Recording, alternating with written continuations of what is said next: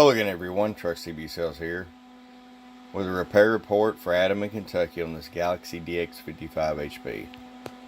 Adam got you ready to go. Had to replace the FETs in it, as well as the regulator again, and a few diodes, do alignment, tune, and got it ready to go.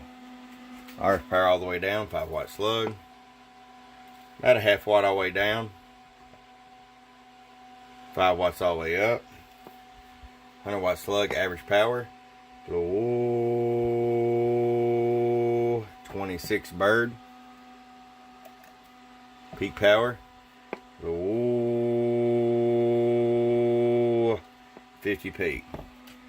Alright, Adam, it's ready to come to you. I hope you enjoy it. From your friend Truck at truckcbsales@gmail.com. Bump, bump.